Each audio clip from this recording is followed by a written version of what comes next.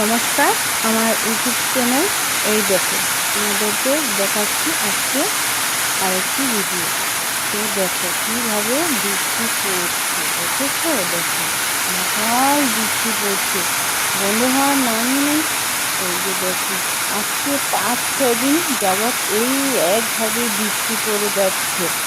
এরকম বৃষ্টি পড়ছে, অল্প থেমে যাচ্ছে, আবার কিছুক্ষণ পর অন্ধকার করে এই যে এরকম বৃষ্টি পড়ছে, দেখেছো? তোমাদের এখানে কি এরকম বৃষ্টি হচ্ছে? অবশ্যই বলো। এই দেখো, দেখো দেখো দেখো, হাওয়া, প্রচুর হাওয়া, বৃষ্টি, দেখেছো? দেখো,